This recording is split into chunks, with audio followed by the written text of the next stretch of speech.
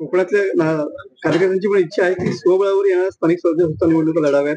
अशा पद्धतीचं सुतोवाच नितेश राणेंनी सुद्धा केलेलं या ठिकाणी पाहायला मिळतंय. काय सांगाल? नाही, आता सर्व ज्या निवडणुका होणार आहेत त्या महायुती म्हणून लढण्याचा मानस त्या ठिकाणी निश्चितच आहे.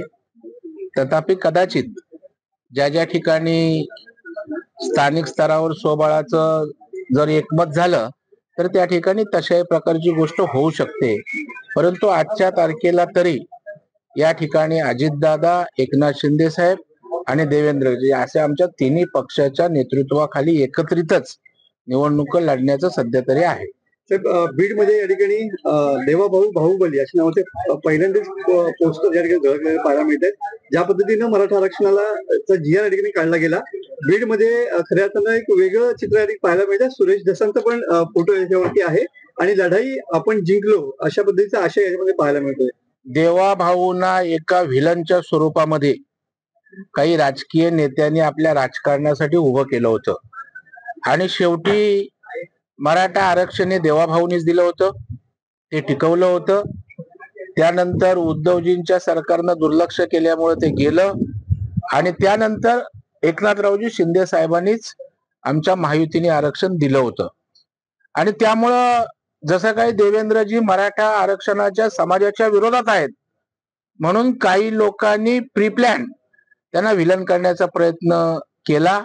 परंतु देवाभाऊ आहेत आणि बाहुबली असल्याचं त्यांनी एकही मारा लेकिन जोरशे मारा अशा पद्धतीनं या ठिकाणी त्यांनी मराठा समाजाची मनं जिंकलेत. आणि आपण बघताय संपूर्ण महाराष्ट्रामध्ये जसं बीडमध्ये बाहुबली आहे तसं सर्व शहरात आज मुंबईमध्ये छत्रपती शिवाजी महाराजांना नतमस्तक होतानाची पोस्टर्स लागलेत. आणि त्यामुळे एक मराठा समाजामध्ये देवेंद्रजींच्या विषयी एक आदराचं आणि आपुलकीचं स्थान निश्चितच उभं राहिलेलं आहे. मुंबईत सुद्धा आणि ठाण्यात सुद्धा अशा प्रकारचे होर्डिंग्स लागलेले पाहायला मिळतात.